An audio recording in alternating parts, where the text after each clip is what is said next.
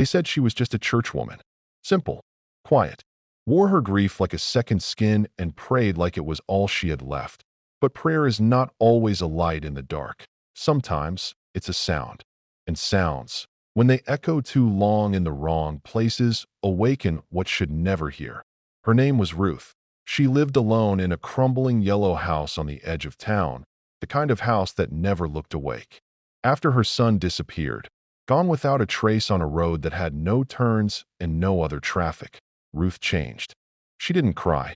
She didn't speak to neighbors. She went to church every day, not just Sundays.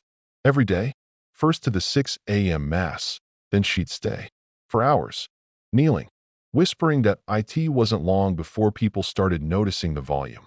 Her prayers, once soft, turned guttural, urgent.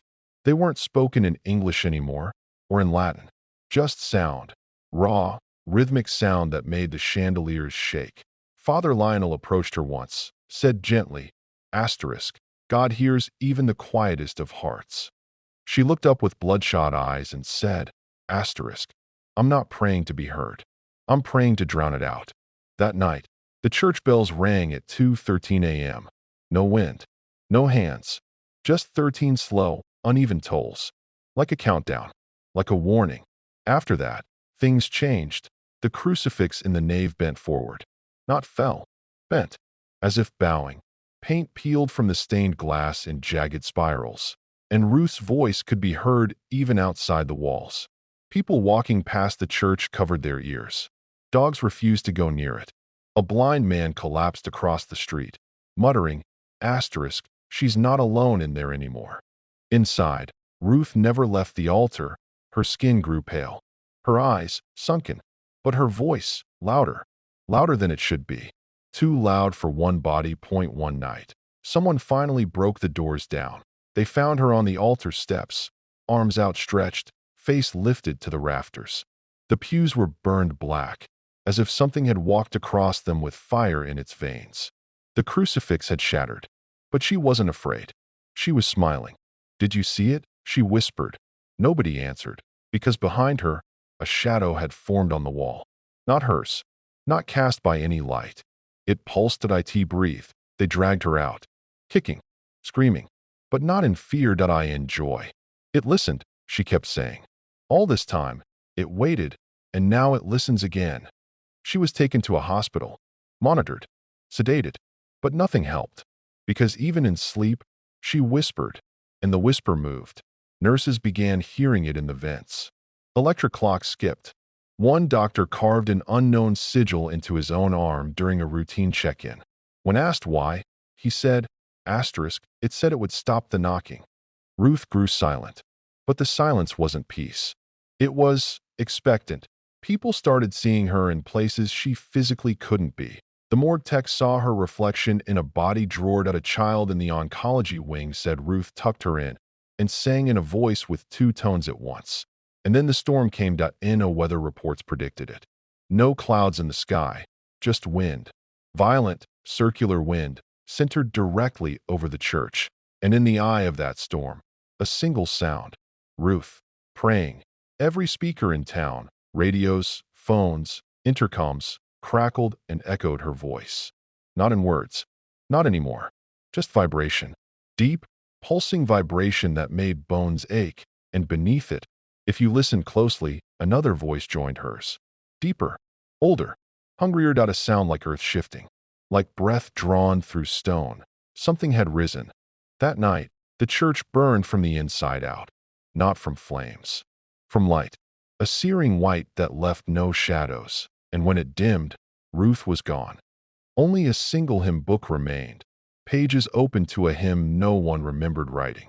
The title, He Who Waited Beneath. They searched for her.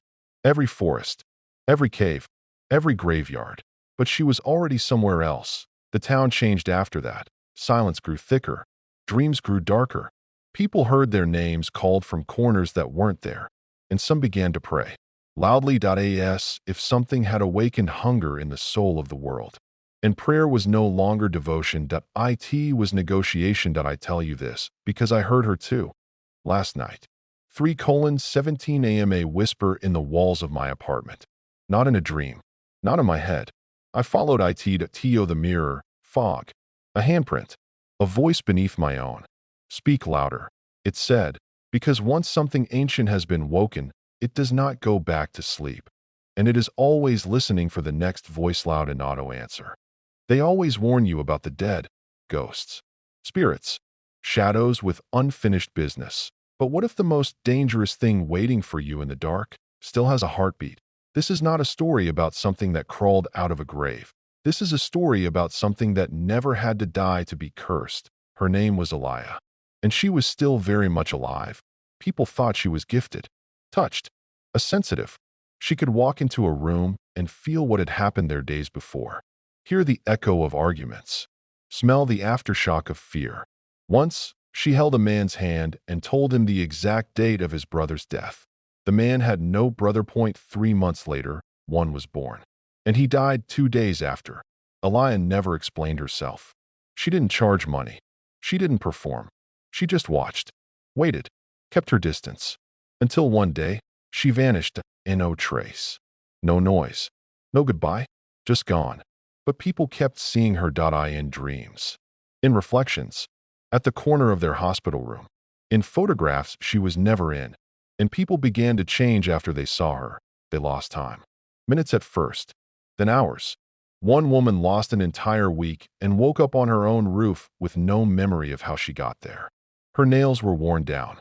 Her lips cracked from prayer. Another man stopped speaking altogether.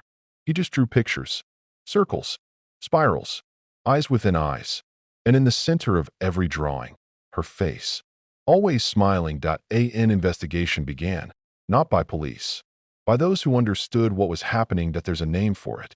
A state older than science, older than exorcism, possession by proximity. The idea that someone could haunt you not by dying, but by living wrong, by becoming so spiritually contorted, so open to the dark, that they became a channel, a broadcast tower for something ancient and unspeakable. Elia wasn't possessed by a demon. She was the possession, and the people she touched became transmitters. It spread fast, like a psychic plague, not through touch, through thought, through memory, through awareness. Just knowing her name was enough to invite her image into your mind. And once she was there, smiling, silent, she waited for the moment you felt weakest, the moment you let your mind wander in the dark. That's when she spoke, never out loud. Inside, you're not alone. I'm with you. Let me stay. And people did, because she made them feel seen. Until the day they looked in the mirror and blinked, and their reflection didn't. Until the day they walked past a window and saw themselves already inside. Until the day their shadow stretched the wrong way. I met one of them. A girl named Mercy.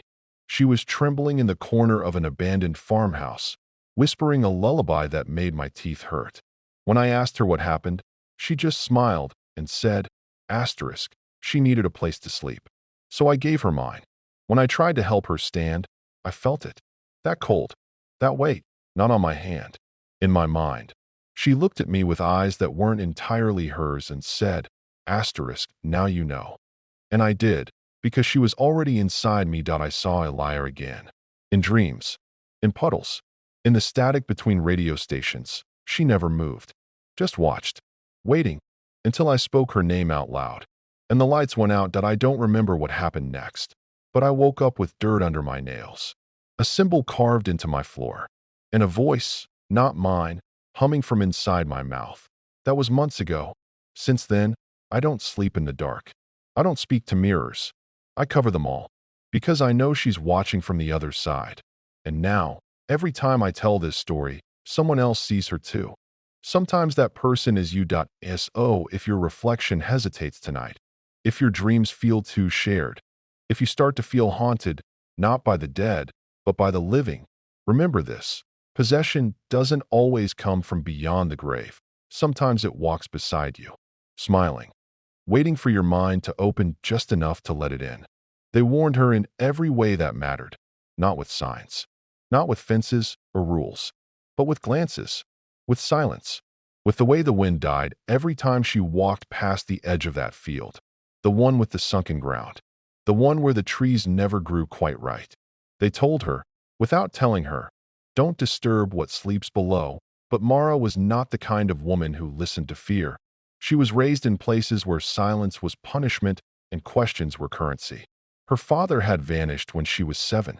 Her mother spoke only in riddles. And the house she grew up in never felt like home. So when the letters started arriving, handwritten, unmarked, aged like they'd been mailed from decades ago, Mara didn't ask why. She just followed. The letters spoke of a place beneath the earth, a resting place, sealed before history began writing itself. They said, "What you unearth, you inherit. What you inherit, you must carry." And she wanted to carry something. Anything. Anything heavier than emptiness. She found the shovel buried behind the chapel ruins. No rust. No dust. Just waiting. And she dug. Every night, just after the last bird stopped singing. No flashlight. No map. Just instinct. Just that pull. The deeper she dug, the quieter the world became. No insects. No wind.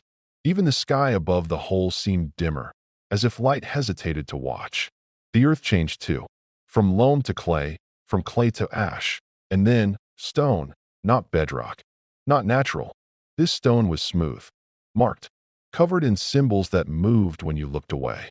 Runes that whispered through your fingertips. That night, she didn't sleep. She saw her father. Not in memory, in presence. He sat at the foot of her bed, face half lit, eyes hollowed with sorrow. "You should have stopped," he said. "You weren't supposed to call it back." When she reached for him, he vanished, and her hands were covered in soil. The next night, she returned. The stone had cracked. From beneath it, not air, but breath, a long, slow exhale of something old. The smell of wet iron and distant thunder. Her body trembled, not from fear, but recognition, and a voice rose up from the opening. "You are the first to listen in centuries." She did not run.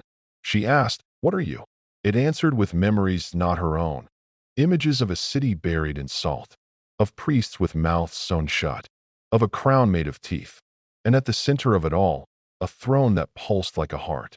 She saw herself walking toward it, wearing robes made of shadow.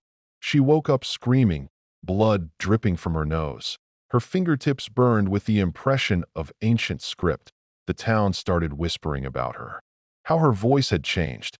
How birds died when they landed near her porch. How the rain stopped when she stepped outside. Children dreamed of her smile, wide and wrong.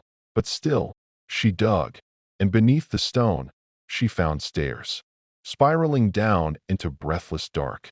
Each step etched with warnings. You will not return the same.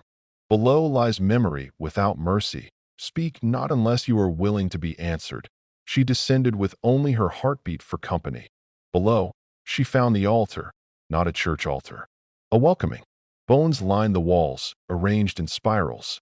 Symbols floated in the air, weightless and luminous. And there, in the center, sat a box. Wooden, sealed with red twine. The moment she touched it, her mouth filled with the taste of old prayers, and it opened. Inside, a mirror, but not one that reflected. One that remembered. She saw herself as she truly was, fractured across timelines. In one, she wore a crown. In another, a noose. In another, nothing but ash. And in all of them, something was inside her. Smiling through her eyes, the possession didn't come like a scream. It came like a lullaby that told her things she'd always felt were true, that she had been chosen, that she had never belonged to the world above, that her digging wasn't discovery. It was remembering. When she walked out of the earth 3 nights later, her hair was white. Her voice had changed pitch, and her eyes weren't entirely her own. She didn't return to her home. She built a shrine in the forest, made of salt and blood and mirrors. People followed, not out of belief, out of recognition. They too had felt it, that pull. They dug, and the ground has never stopped whispering since. Because once you unearth what was buried before language, you don't just find history, you become its next chapter.